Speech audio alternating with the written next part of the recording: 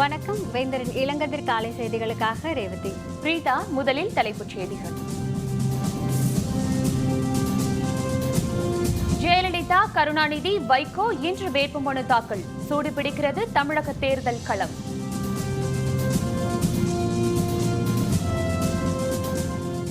திமுக ஆட்சிக்கு வந்தால் முழு மதுவிலக்கு அமல்.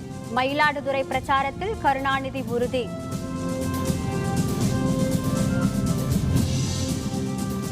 ஒப்பந்தம் செய்து கொண்டு நாடகமாடுகிறார்கள். அதிமுக, திமுக மீது பாரிவேந்தர் குற்றச்சாட்டு.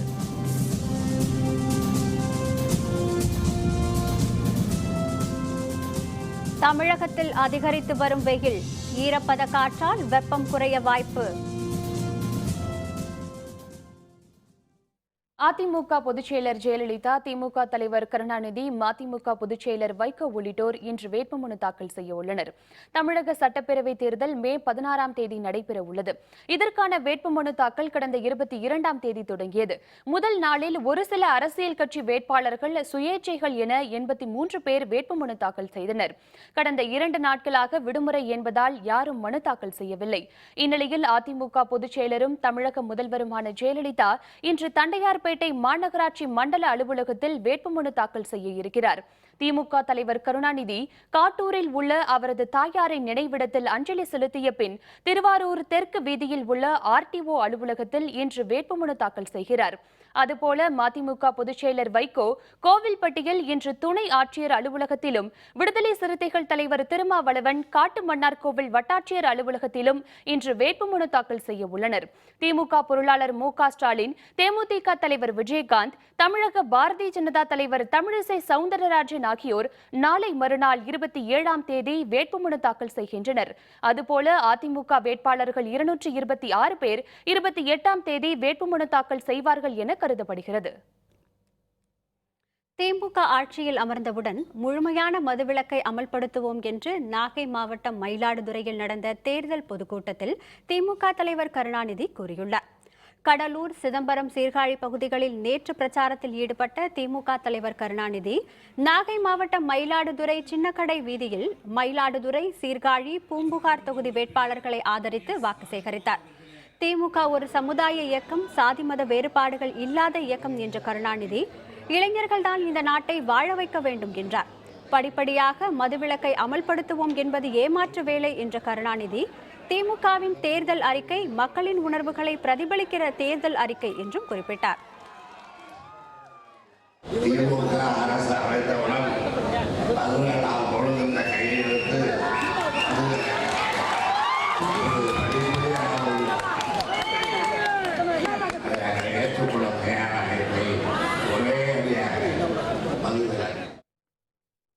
தமிழகத்தில் மாறி மாறி ஆட்சியை பிடித்து மக்களை ஏமாற்றுவதில் திமுகவும் அதிமுகவும் மறைமுக ஒப்பந்தம் செய்து கொண்டு நாடகமாடிக் கொண்டிருக்கிறார்கள் என்று இந்திய ஜனநாயக கட்சியின் நிறுவனர் தலைவரான டாக்டர் பாரிவேந்தர் குற்றம் சாட்டினார். பாரதிய ஜனதா கட்சி தலைமையிலான தேசிய ஜனநாயக கூட்டணியில் போட்டியிடும் இந்திய ஜனநாயக கட்சி வேட்பாளர்களை ஆதரித்து தமிழகம் முழுவதும் இந்திய ஜனநாயக கட்சியின் நிறுவனர் தலைவரான டாக்டர் பாரிவேந்தர் பிரச்சாரம் செய்து வருகிறார். சென்னை மாநகரில் திருவிக நகர் தொகுதியில் போட்டியிடும் இந்திய ஜனநாயக கட்சி வேட்பாளர் வழக்கறிஞர் சந்திரசேகரை ஆதரித்து ஓட்டேரி பகுதியில் நேற்று இரவு டாக்டர் பாரிவேந்தர் பிரச்சாரம் செய்தார். இரு திராவிட கட்சிகளின் தலைக்கு மேலே கத்தி தொங்கிக் கொண்டிருப்பதாகவும், இவ்விரு கட்சிகளும் திட்டமிட்டு தமிழக மக்களை ஏமாற்றிக் கொண்டிருக்கிறார்கள் என்றும் குறிப்பிட்ட டாக்டர் பாரிவேந்தர், மக்களும் புரியாமல் மாறி மாறி 50 ஆண்டுகளாக வாக்களித்துக் கொண்டிருக்கிறோம் என்று தெரிவித்தார். தமிழ்நாட்டில் இன்றைக்கு எத்தனையோ கட்சிகள் தோழமை கொண்டிருக்கின்றன. அவையெல்லாம் யாரோடு தோழமை என்றால், தமிழ்நாட்டில் கொள்ளையடித்து ஊழல் செய்து இன்றைக்கு அவர் அத்தனை பேருக்கும் உச்சநீதிமன்றத்திலே கழுத்திலே கத்தி தொங்கிக் கொண்டிருக்கிறது. அவர்கள்தான் நாங்கள் முதலமைச்சர்கள் என்று பாரதப்பிக் கொண்டிருக்கிறார்கள். திமுக, அண்ணா திமுக இந்த 2 கட்சிகளும் மாற்று கட்சி அல்ல. இது ஒரே குடும்பத்திலிருந்து வந்த கட்சி, திகாவிலிருந்து வந்த கட்சி அது. ஆக 2 கட்சிகளும் ஒருவருக்கொருவர் மறைமுகமாக ஒப்பந்தம் போட்டுக்கொண்டு, இந்த முறை நீ ஆண்டுகொள், அடுத்த முறை எனக்கு வாய்ப்பு கொடு என்று இவர்களுக்கு ஒரு நாடகம் ஆடி வருகிறார்கள். நாமளும் இந்த மக்களாகிய நாம் இதையெல்லாம் புரியாமல் தொடர்ந்து இந்த ரெண்டு கட்சிகளுக்கும் மாறி மாறி வாக்களிக்கிறோம். திருவிக நகர் தொகுதியில் சிறு தொழில்களில் ஏராளமானோர் ஈடுபட்டு வருகின்றனர் என்று குறிப்பிட்ட டாக்டர் பாரிவேந்தர், இந்திய ஜனநாயக கட்சி வேட்பாளரை வெற்றி பெற செய்தால் இவர்களின் உற்பத்தி பொருட்களுக்கு உரிய விலை கிடைக்க செய்வோம் என்றும் தெரிவித்தார். எங்களுடைய வேட்பாளர் சந்திரசேகர் வழக்கறிஞர், அவரை வெற்றி பெற செய்யுங்கள். உங்கள் தேவைகள் ஒன்றான ஆடு தொட்டி இறைச்சி கூடத்தினை நவீனப்படுத்தி தொற்று நோய் இல்லாமல் தவிர்க்க வேண்டும்.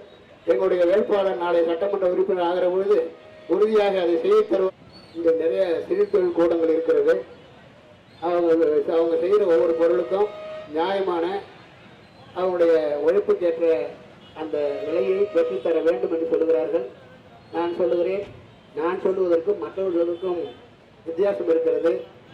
அவங்கெல்லாம் விரைவிலேயே அரசியல்வாதிகளாக இருந்து ஓடி ஓடியாக கொள்ளையடித்து அதன் மூலமாக இன்னைக்கு சம்பாதித்துக் கொண்டிருப்போம். அத்தகைய நிலை எனக்கு இல்லை. என்னுடைய வேலையெல்லாம் மக்களுக்கு அறிவூட்டுதல் என்ற அந்த பெரிய பாடத்தை எடுப்பதுதான். அந்த வகையில் உங்கள் பகுதியில் பெரிய தொழில் செய்பவர்களுக்கு அவர் செய்கிற பொருளுக்கு நல்ல விலையை பெற்றுத் தருவதும் என்னுடைய கடமையாக நான் கருதுகிறேன்.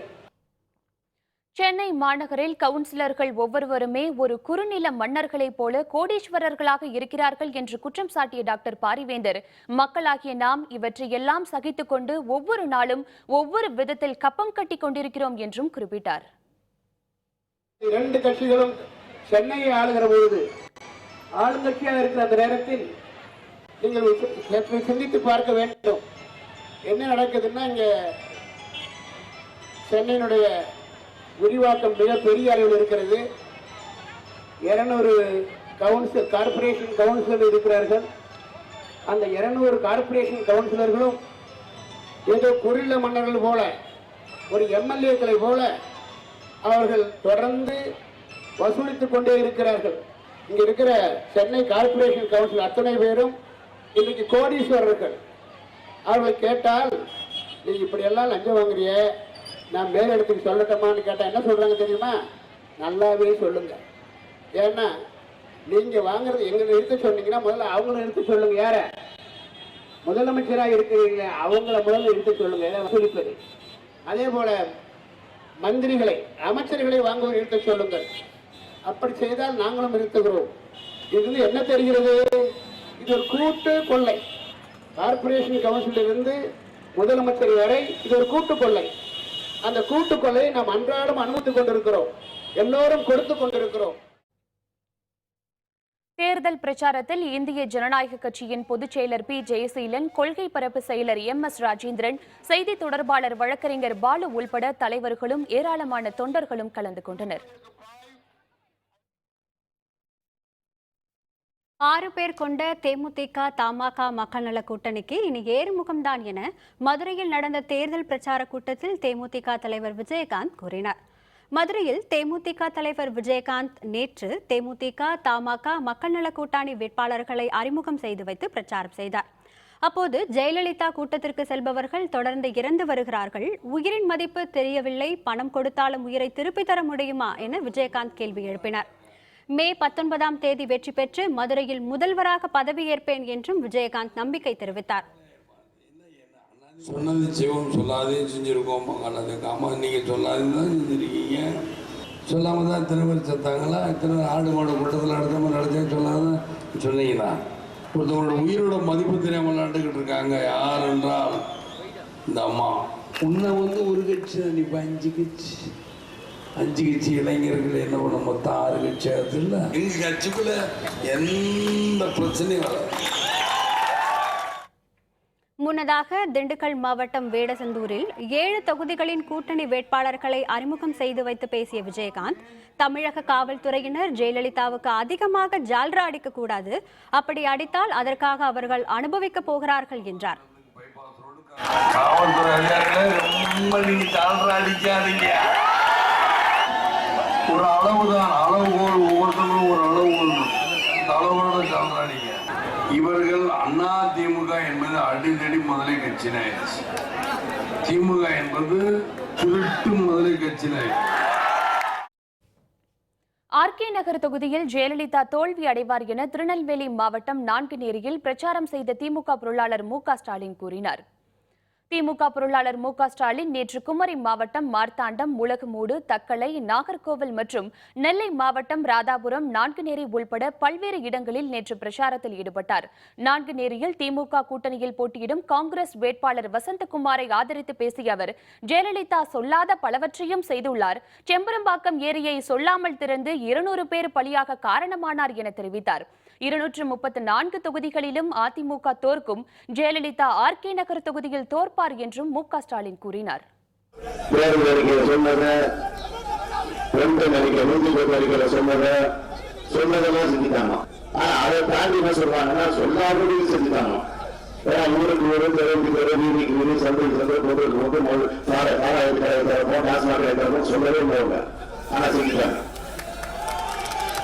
சென்னையில் சொல்லவே இல்லைங்க, சொல்லிட்டாங்க.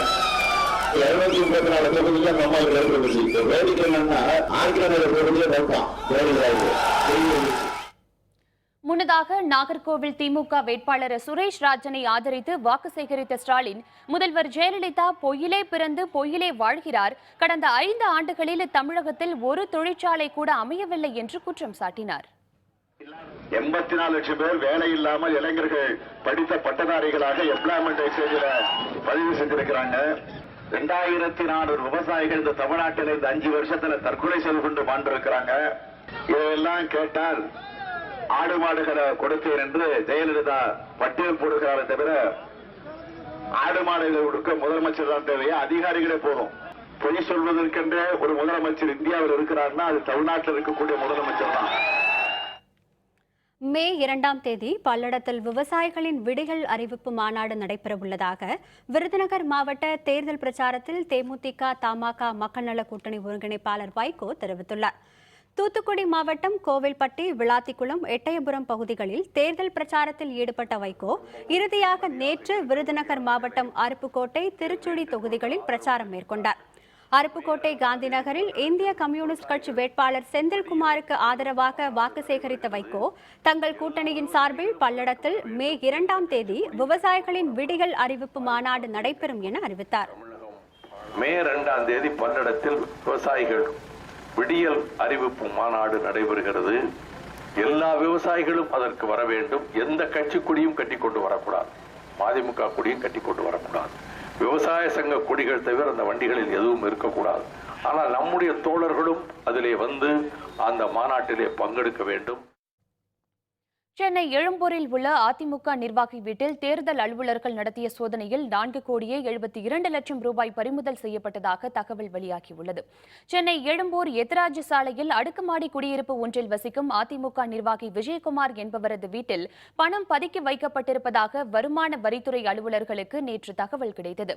இதையடுத்து வருமான வரித்துறையினர் மற்றும் தேர்தல் அலுவலர்கள் அங்கு சென்று பல மணி நேரம் சோதனை மேற்கொண்டனர். இந்த சோதனையால் நேற்றிரவு முழுவதும் பரபரப்பு நிலவியது. இந்த சோதனையில் 4,72,00,000 ரூபாய் வரை பறிமுதல் செய்யப்பட்டதாக தகவல் வெளியான நிலையில் தேர்தல் அலுவலர்கள் இதுபற்றி அதிகாரப்பூர்வ அறிவிப்பு எதையும் வெளியிடவில்லை. இதனிடையே தமிழக தேர்தல் அலுவலர் லக்கானி இந்த சோதனையில் பிடிப்பட்ட பணம் பற்றிய முழு விவரம் விரைவில் தெரியவரும் என்று வாட்ஸ்அப் மூலம் அறிக்கை வெளியிட்டுள்ளார். தமிழகத்தில் கடந்த 4 நாட்களாக வெயிலின் தாக்கம் அதிகரித்து வரும் நிலையில் ஈரப்பதம் கலந்த காற்று வீசுவதால் வெப்பத்தின் கடுமை குறைய வாய்ப்பிருப்பதாக வானிலை ஆய்வு மையம் கூறியுள்ளது. தமிழ்நாட்டில் கடந்த 4 நாட்களாக அனல் காற்று வீசி வருகிறது. வேலூர் மற்றும் திருத்தணியில் நேற்று அதிகளவாக 109.4 டிகிரி பாரன்ஹீட் வெப்பநிலை பதிவானது. சேலம், திருச்சி, தருமபுரி, மதுரை, பாளையங்கோட்டை, தஞ்சை பகுதிகளிலும் வெயில் வாட்டியது. சென்னையின் வெப்பநிலை நேற்று 104 டிகிரியாக இருந்தது. இந்நிலையில் தமிழ்நாட்டின் தென்கிழக்கு பகுதியில் இருந்து ஓரளவுக்கு ஈரப்பதம் கலந்த காற்று 2 நாட்களுக்கு தொடர்ந்து வீச இருப்பதால் வெப்பத்தின் தீவிரம் குறைய வாய்ப்பிருப்பதாக சென்னை வானிலை ஆய்வு நிலையம் தெரிவித்துள்ளது. மேற்கு வங்கத்தில் இன்று 49 சட்டப்பேரவை தொகுதிகளில் 4ஆம் கட்ட தேர்தல் வாக்குப்பதிவு தொடங்கி நடைபெற்று வருகிறது. மேற்கு வங்க மாநிலத்தில் 6 கட்டங்களாக சட்டப்பேரவை தேர்தல் நடைபெற்று வருகிறது. முதல் 3 கட்டங்கள் முடிவடைந்துவிட்ட நிலையில் இன்று வடக்கு பர்கானாஸ், ஹவுரா பகுதிகளை உள்ளடக்கிய 49 சட்டப்பேரவை தொகுதிகளுக்கு 4ஆம் கட்ட தேர்தல் தொடங்கி நடைபெற்று வருகிறது. காலை 7 மணி முதலே வாக்காளர்கள் ஆர்வத்துடன் வாக்களித்து வருகிறார்கள். இன்று நடந்து வரும் தேர்தலில் முதல்வர் மமதா பானர்ஜியின் அமைச்சரவையில் அங்கம் வகிக்கும் நிதியமைச்சர் அமித் மிஸ்ரா உள்பட 345 வேட்பாளர்கள் களத்தில் உள்ளனர். சாரதா நிதி நிறுவன மோசடியில் சிக்கி சிறையில் இருக்கும் அமித் மிஸ்ராவின் வருங்காலத்தை இன்றைய தேர்தல் முடிவு செய்ய உள்ளது. இன்று தொடங்கவுள்ள நாடாளுமன்ற 2ஆம் கட்ட பட்ஜெட் கூட்டத்தொடரில் உத்தரகண்ட் பிரச்சினை எதிரொலிக்கும் என எதிர்பார்க்கப்படுகிறது. நாடாளுமன்ற பட்ஜெட் கூட்டத்தொடர் 2 கட்டமாக நடைபெறும் என அறிவிக்கப்பட்டிருந்தது. முதல் கூட்டத்தொடர் பிப்ரவரி மாதம் 23ஆம் தேதி தொடங்கி மார்ச் 16ஆம் தேதி நிறைவடைந்த நிலையில் 2ஆம் கட்ட பட்ஜெட் கூட்டத்தொடர் இன்று கூட உள்ளது.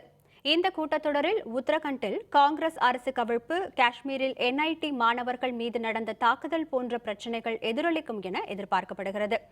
2வது கட்ட கூட்டத்தொடர் மே 13ஆம் தேதி வரை நடைபெறவுள்ளது. 29ஆம் தேதிக்குள் வேட்பாளர் பட்டியல். புதுச்சேரி முதல்வர் ரங்கசாமி உறுதி. விவரம் விளம்பர இடைவேளைக்கு பிறகு.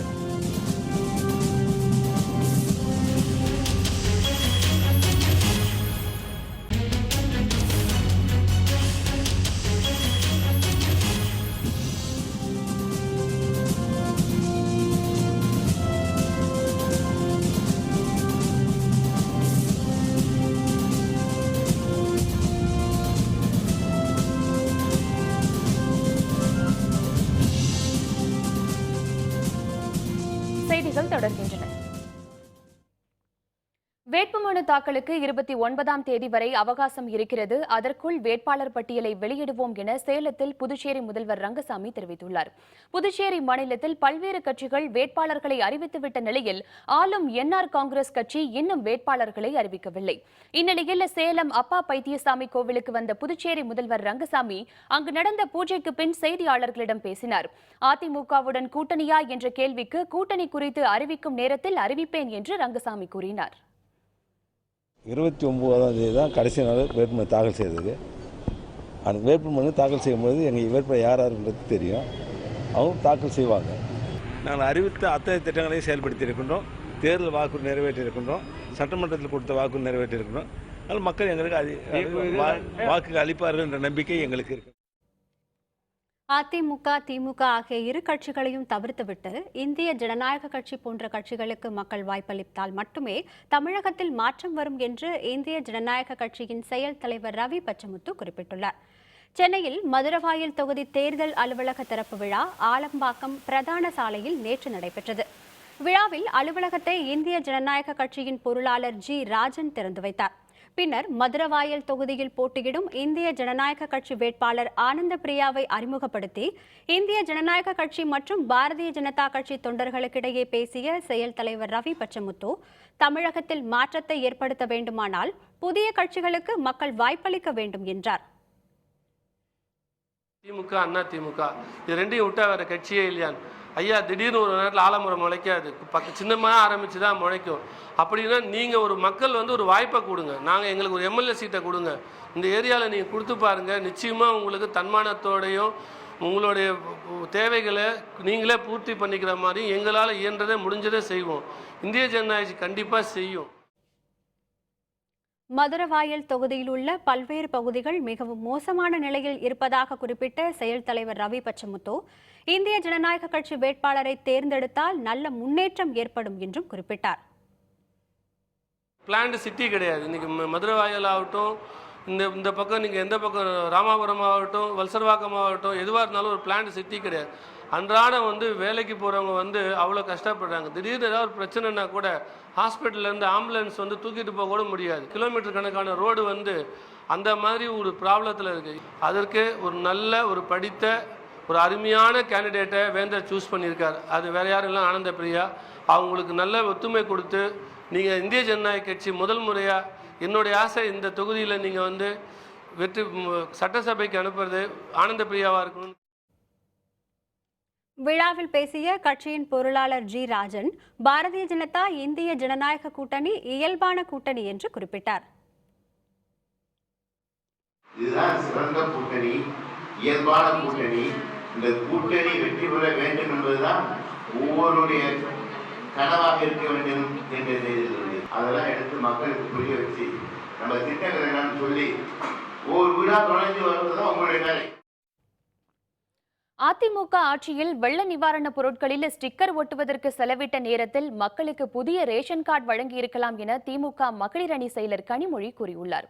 காஞ்சிபுரம் மாவட்டத்தில் உள்ள கேளம்பாக்கம், ஊரப்பாக்கம், மறைமலை நகர், சிங்கப்பெருமாள் கோவில் உள்ளிட்ட இடங்களில் பிரச்சாரம் மேற்கொண்ட கனிமொழி, செங்கல்பட்டு சட்டப்பேரவை தொகுதியின் திமுக வேட்பாளர் வரலட்சுமி மதுசூதனனை ஆதரித்து மறைமலை நகரில் பேசிய பொழுது இவ்வாறு தெரிவித்தார். மேலும் தமிழக முதல்வர் தலைமைச் செயலகம் செல்வதை தேர் திருவிழாவை போல அதிமுகவினர் கொண்டாடுவதாகவும் அவர் குற்றம் சாட்டினார். ரேஷன் கடையில கூட உங்களுக்கு ஒழுங்கா பொருள் கிடைக்கணும், ரேஷன் கார்டு கிடைக்கணும்னா இந்த ஆட்சி முடிவுக்கு வர வேண்டும். 5 வருஷமா ரேஷன் கார்டு கிடையாது. அவங்க ஸ்டிக்கர் ஓட்டுறதுக்கு செலவழிச்ச நேரத்தை ரேஷன் கார்டு கொடுக்கறதுக்காக செலவு பண்ணிருக்கலாம். அதுவும் செய்யவில்லை. தமிழகத்தில் மட்டும்தான் ஊழல் குற்றச்சாட்டில் சிறை சென்ற முதல்வருக்கு பட்டாசு வெடித்து வரவேற்ற விந்தை நடைபெற்றதாக பாட்டாளி மக்கள் கட்சியின் முதல்வர் வேட்பாளர் அன்புமணி ராமதாஸ் குற்றம் சாட்டியுள்ளார்.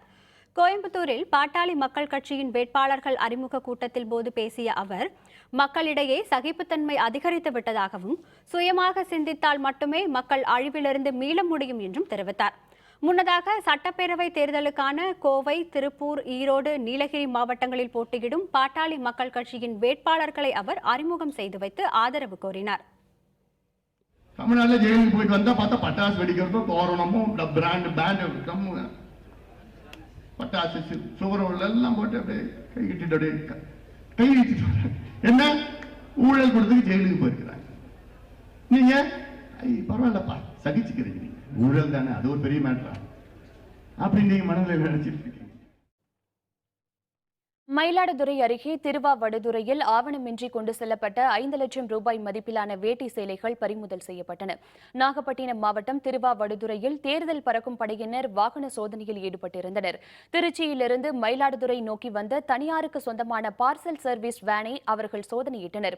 அதில் 5 லட்சம் ரூபாய் மதிப்பிலான வேட்டி சேலை, ரெடிமேட் ஆடைகள் மற்றும் பீடி பண்டல்கள் இருப்பது தெரியவந்தது. உரிய ஆவணங்கள் இன்றி கொண்டு செல்லப்பட்ட அவற்றை பறக்கும் படையினர் பறிமுதல் செய்து தரங்கம்பாடி வட்டாட்சியரிடம் ஒப்படைத்தனர். சேலத்தில் நேற்று திடீரென பெய்த கோடை மழை காரணமாக மாநகர் முழுவதும் குளிர்காற்று வீசியதால் மக்கள் மகிழ்ச்சியடைந்தனர். தமிழகம் முழுவதும் பல்வேறு இடங்களில் கடந்த 1 மாத காலமாக வெயில் வாட்டி வதைத்து வரும் நிலையில் சேலம் மாவட்டத்தின் பல்வேறு இடங்களில் நேற்று பரவலாக மழை பெய்தது. ஏறத்தாழ அரை மணி நேரம் பெய்த மழையால் சாலைகளில் மழைநீர் வெள்ளம் போல பெருக்கெடுத்து ஓடியது. இந்த மழை காரணமாக வெப்பத்தின் தாக்கத்திலிருந்து மீண்டு சேலம் மக்கள் மிகவும் மகிழ்ச்சி அடைந்தனர். கம்பம் அடுத்த சின்னமனூர் சுற்றுவட்டார பகுதிகளில் வீசிய சூறாவளி காற்றில் 50,000க்கும் அதிகமான வாழை மரங்கள் ஒடிந்து விழுந்து சேதமாயின. தேனி மாவட்டம் கம்பம் அடுத்த சின்னமனூர் பகுதியில் விவசாயிகள் அதிக அளவில் வாழை பயிரிட்டிருந்தனர். இந்நிலையில் திடீரென வீசிய சூறாவளி காற்றால் 1 கோடி ரூபாய் மதிப்பிலான வாழை மரங்கள் சேதமாயின.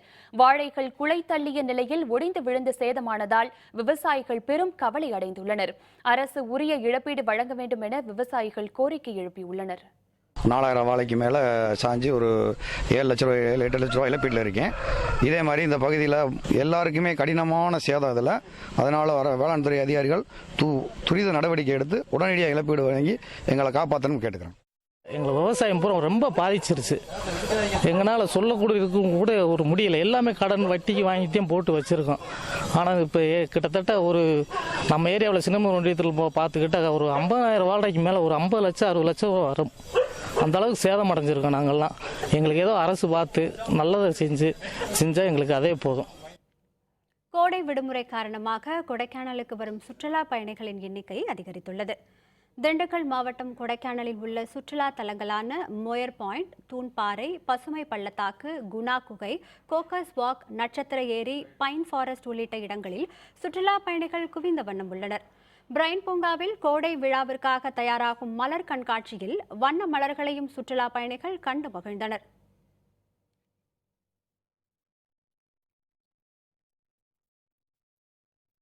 நீலகிரி மாவட்டம் உதகையில் கோடை சீசன் தொடங்கியதை அடுத்து அங்கு சுற்றுலா பயணிகள் அதிக அளவில் குவிந்து வருகின்றனர். தமிழகத்தில் பள்ளிகளில் தேர்வு முடிந்து விடுமுறை அறிவிக்கப்பட்டுள்ளதாலும் வெயிலின் தாக்கத்திலிருந்து விடுபடவும் ஏராளமானவர்கள் உதகைக்கு வர தொடங்கியுள்ளனர். தாவரவியல் பூங்கா, ரோஜா பூங்கா, படகு இல்லம், தொட்டபெட்டா, பைக்காரா ஆகிய இடங்களில் சுற்றுலா பயணிகள் அதிகமாக காணப்படுகின்றனர். சாரல் மழை மற்றும் இதமான குளிரை அனுபவித்தபடி அவர்கள் மகிழ்ச்சியுடன் உதகையை சுற்றி வருகின்றனர். விழுப்புரத்தில் வெயில் ஜாஸ்தியாக இருக்குது. இங்கே பரவாயில்ல. பொட்டானிக்கல் கார்டன் பார்க்கறதுக்கு அழகாக இருக்குது. சில்லுன்னு இருக்குது கிளைமேட்டு. ரொம்ப நல்லா என்ஜாய் பண்ணிட்டு இருக்கோம் நாங்கள். 2016 தமிழக சட்டப்பேரவை தேர்தலை சந்திக்க அரசியல் கட்சிகள் விறுவிறுப்பாக ஆயத்தமாகிக் கொண்டிருக்கின்றன. ஆனால் தொகுதிகள் எப்போதும் போல எண்ணற்ற இயக்கங்களுடன் தான் காத்திருக்கின்றன. வேந்தர் செய்திகளின் தொகுதி சுற்றில் இன்று தருமபுரி மாவட்டம் பாலக்கோடு பேரவை தொகுதி.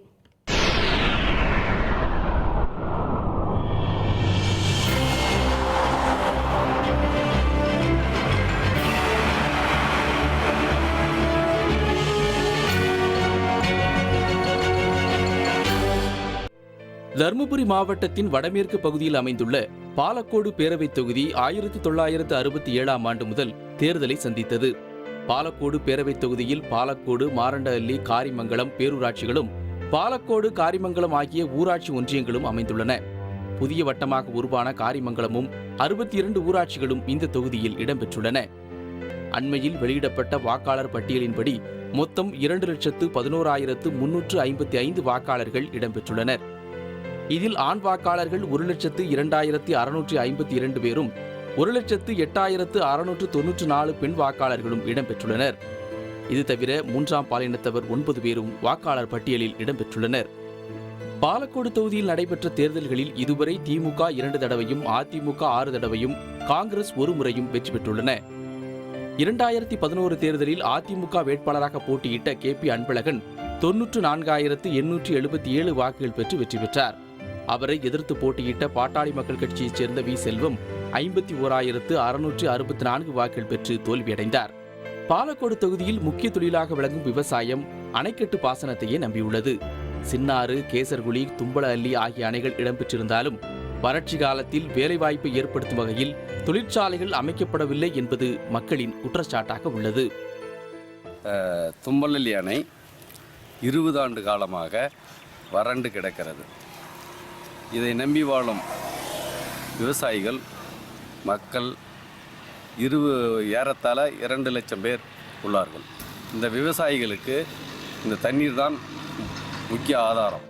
ஆக்கிரமிப்புகளால் போதிய இடவசதியின்றி பாலக்கோடு பேருந்து நிலையம் போக்குவரத்து நெரிசலால் சிக்கி திணறுவதால் பயணிகள் பாதிக்கப்படுவதுடன் விபத்துகளும் நேரிடுகின்றன. இதனால் பேருந்து நிலையத்தை சுற்றியுள்ள ஆக்கிரமிப்புகளை அகற்றி பேருந்து நிலையத்தை விரிவாக்கம் செய்ய வேண்டும் என மக்கள் கோரிக்கை விடுத்துள்ளனர். தும்பலஅள்ளி அணைக்கட்டை நீர் ஆதாரமாக இருந்த விவசாய நிலங்கள் தண்ணீரின்றி வீட்டு மனைகளாக மாற்றப்பட்டு விற்பனை செய்வதால் பாலக்கோடு சர்க்கரை ஆலைக்கு கரும்பு வரத்து குறைந்துள்ளது. மாரண்டஅள்ளி, பாலக்கோடு, பஞ்சப்பள்ளி, ஜக்கசமுத்திரம் உள்ளிட்ட பகுதிகளில் அடிக்கடி மின்வெட்டு ஏற்படுவதால் விவசாயம் பெரிதும் பாதிக்கப்பட்டுள்ளதாக அந்த பகுதி மக்கள் வேதனையுடன் தெரிவிக்கின்றனர். தக்காளி, கோசு, நெல் இதெல்லாம் சாகுபடி பண்ணியிருக்கோங்க. ஆனால் சீரான கரண்ட்டே இருக்க மாட்டேங்குதுங்க. கரண்ட்டை ஒரு டைம் ஃபிக்ஸ் பண்ணி அந்த டைம் பிரகாரம் எங்களுக்கு சப்ளை கொடுத்தாங்கன்னா போதுமானதுங்க. ஒரு 4 மணி நேரம் 5 மணி நேரம் கொடுத்தாங்கன்னாவே போதும். எதோ இருக்கிற தண்ணியை பாய்ச்சிக்கோங்க. ஏன்னா அவ்வளோதான் தண்ணி இருக்குது இந்த வறட்சியான சூழ்நிலையிலையும். பாலக்கோடு தொகுதியில் விளைவிக்கப்படும் தக்காளி கேரளம், கர்நாடகம், புதுச்சேரி உள்ளிட்ட மாநிலங்களுக்கு அனுப்பப்படுகின்றன. ஆனால் அதிக மகசூல் கிடைக்கும் காலங்களில் வீணாகி கீழே கொட்டும் நிலைமை ஏற்படுகிறது. இதற்கு தீர்வு காணும் வகையில் தக்காளி ஜாம் தொழிற்சாலை அமைக்கப்படும் என்ற வாக்குறுதி தேர்தல் அறிக்கையில் மட்டுமே இடம்பெறுகிறது. ஒரு நாளைக்கு 10 லோடு 15 லோடு தக்காளி இங்கேருந்து போயிட்டு இருக்கு. எல்லாம் வியாபாரி வாங்கி கொண்டு போய் கேரளாவுக்கு போகுது, திருச்சிக்கு போகுது, சேலம் போகுது, அதர் டிஸ்ட்ரிக்ட் பூரா போயிட்டு தான் இருக்குங்க. உற்பத்தி அதிகம் ஆகுது. அதை பயன்படுத்தி சொன்னால் ஜூஸ் பேட்டை கட்ட தாராளமாக கட்டலாம். விலையில்லாத நேரத்தில் இதுக்கு பண்ணிங்கன்னா நிறைய விவசாயிகள் வர்றது அதிக லாபம் கிடைக்க வாய்ப்பு இருக்குது. பாலக்கோடு பகுதியில் இருந்து நாள்தோறும் ஏராளமானோர் ஓசூர், பெங்களூரு உள்ளிட்ட பகுதிகளுக்கு சென்று வரும் நிலையில் அவர்கள் பேருந்தை மட்டுமே நம்பியுள்ளனர். பாலக்கோடு வழியாக 50க்கும் அதிகமான ரயில்கள் சென்றாலும் ஒரே ஒரு பயணிகள் ரயில் மட்டுமே நின்று செல்கிறது. ரயில்வே ஸ்டேஷன் இருக்குது சார். ரயில்வே ஸ்டேஷனில் ஒரே ஒரு பேசஞ்சர் வண்டி தான் போகுது. ஒரே ஒரு ட்ரெயின் இருக்கிறதுனால நமக்கு ஒன்று நிற்கிது, பேசஞ்சர் ஒன்று தான். அது கொள்ளளவு இல்லை. ஒரு தடவை போகுது, ஒரு தடவை வருது, அதோட சரி. இன்னும் ஒன்று போட்டாக்கா நல்ல ஃபெசிலிட்டிஸ் நல்லா இருக்கும். ஸ்டேஜ் ஆச்சுங்களா. எக்ஸ்பிரஸ் ஏதோ 1-2 பகல் நேரத்தில் நின்னா வரவங்க போகிறவங்களுக்கு நல்லா இருக்கும். பாலக்கோடு பகுதியில் கல்லூரிகள் இல்லாததால் உயர்கல்வி கற்க தருமபுரி, கிருஷ்ணகிரி, ஓசூர் ஆகிய பகுதிகளுக்கு செல்ல வேண்டிய நிலைமை ஏற்பட்டுள்ளது. இதனால் பாலக்கோடு சர்க்கரை ஆலையில் இயங்கி வரும் பாலிடெக்னிக் கல்லூரிக்கு அருகிலேயே கலைக்கல்லூரி அமைக்க வேண்டும் என்ற கோரிக்கையும் நிலுவையில் உள்ளது. இப்போ காலேஜுக்கு வேணும்னு கேட்டிங்கன்னாக்கா நாங்கள் கிருஷ்ணகிரி போகணும், இல்லைன்னா தருமபுரி தான் சார் போகணும். இங்கே சுகர் மில்லே ஒரு பாலிடெக்னிக் இருக்குது சார். அதே ஒரு காலேஜ் கூட இன்ஜினியரிங் காலேஜாக கூட அது பண்ணலாம். தேவையான இட வசதி எல்லாமே இருக்குதுங்க. பாலக்கோடு பகுதியில் உள்ள 5க்கும் அதிகமான ஆற்றுப்படுகையில் இரவு நேரங்களில் நடைபெறும் மணல் கொள்ளையை தடுக்க நடவடிக்கை எடுக்க வேண்டும் என்றும் அந்த பகுதி மக்கள் கோரிக்கை விடுத்துள்ளனர். இனி வரும் சட்டமன்ற வேட்பாளர் வெற்றி பெற்று தும்பலல்லி அணைக்கட்டிற்கு தண்ணீர் கொண்டு வர வேண்டும் என்பதே கோரிக்கையாகும். பாலக்கோடு சட்டமன்ற தொகுதியிலிருந்து வேந்தர் செய்திகளுக்காக கி. ஜெயகாந்தன். IPL கிரிக்கெட் போட்டி புனேயை வீழ்த்தி கொல்கத்தா வெற்றி. விவரம் விளம்பர இடைவேளைக்கு பிறகு.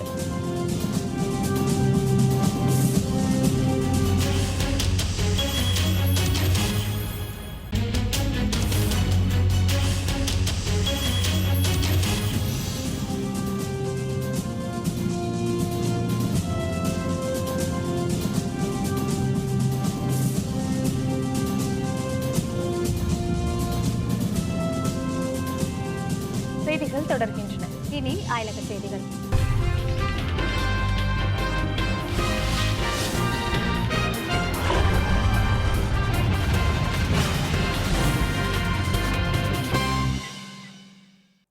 மால்டோவா நாட்டில் ஆர்ப்பாட்டத்தில் ஈடுபட்ட ஆயிரக்கணக்கான மக்களுக்கும் காவல்துறைக்கும் இடையே மோதல் வெடித்தது.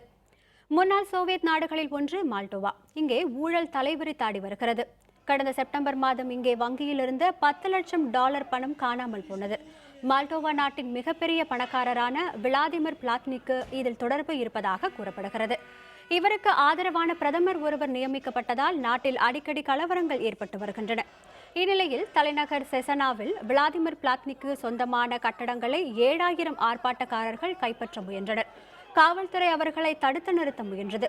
அப்போது காவல்துறை மீது ஆர்ப்பாட்டக்காரர்கள் கல், அம்பு, முட்டை, பாட்டில்கள் போன்றவற்றை வீசி தாக்கினர். காவல்துறை பதில் தாக்குதல் நடத்தியது. நீண்ட நேர மோதலுக்கு பின் நிலைமை கட்டுக்குள் வந்தது.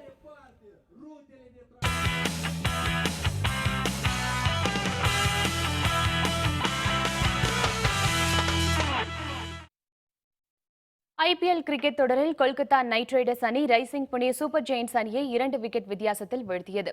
புனேயில் நடந்த இந்த போட்டியில் டாஸ் வென்ற கொல்கத்தா அணி பந்து வீச்சை தேர்வு செய்தது. தோனி தலைமையிலான புனே அணியில் பிளஸஸ் வெறும் 3 ரன்களில் ஆட்டமிழந்தார். திஷரா பெராரே 12 ரன்களும் ஸ்டீஃபன் ஸ்மித் 31 ரன்களும் எடுத்தனர். அணியில் அதிக அளவாக அஜிங்கிய ரஹானே அரை சதம் கடந்து 67 ரன்களில் ஆட்டமிழந்தார். ஆட்டத்தின் கடைசி ஓவரில் அணித் தலைவர் தோனி 17 ரன்களை குவித்து அசத்தினார். 20 ஓவர் முடிவில் புனே அணி 5 விக்கெட் இழப்புக்கு 160 ரன்கள் எடுத்தது. பின்னர் 161 ரன்கள் எடுத்தால் வெற்றி என்ற இலக்குடன் கொல்கத்தா அணி ஆடத் தொடங்கியது. முதல் பந்திலேயே ராபின் உத்தப்பா அவுட் ஆனார். கௌதம் காம்பீர் 11 ரன்களும் ரஜம் பாட்டியா 3 ரன்களும் எடுத்தனர். யூசுப் பதான் நீண்ட நாட்களுக்கு பிறகு நன்றாக ஆடி 36 ரன்களை குவித்தார். முடிவில் கொல்கத்தா நைட் ரைடர்ஸ் அணி 19.3 ஓவரில் 162 ரன்களை எட்டி 2 விக்கெட் வித்தியாசத்தில் வெற்றியை ருசித்தது. மீண்டும் தலைப்புச் செய்திகள். ஜெயலலிதா, கருணாநிதி, வைகோ இன்று வேட்புமனு தாக்கல். சூடுபிடிக்கிறது தமிழக தேர்தல் களம்.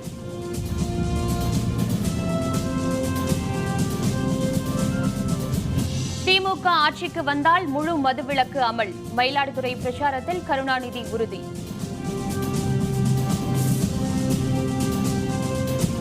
ஒப்பந்தம் செய்து கொண்டு நாடகமாடுகிறார்கள். அதிமுக, திமுக மீது பாரிவேந்தர் குற்றச்சாட்டு.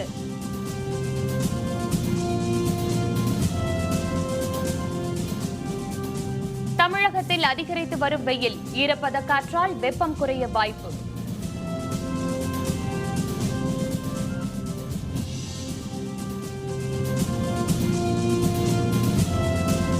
இத்துடன் வேந்தரின் இளங்கதிர் காலை செய்திகள் நிறைவடைந்தன. மீண்டும் பகல் 1:30 மணிக்கு ஊற்றி வேலை பகல் செய்திகளில் சந்திப்போம். வணக்கம். வணக்கம்.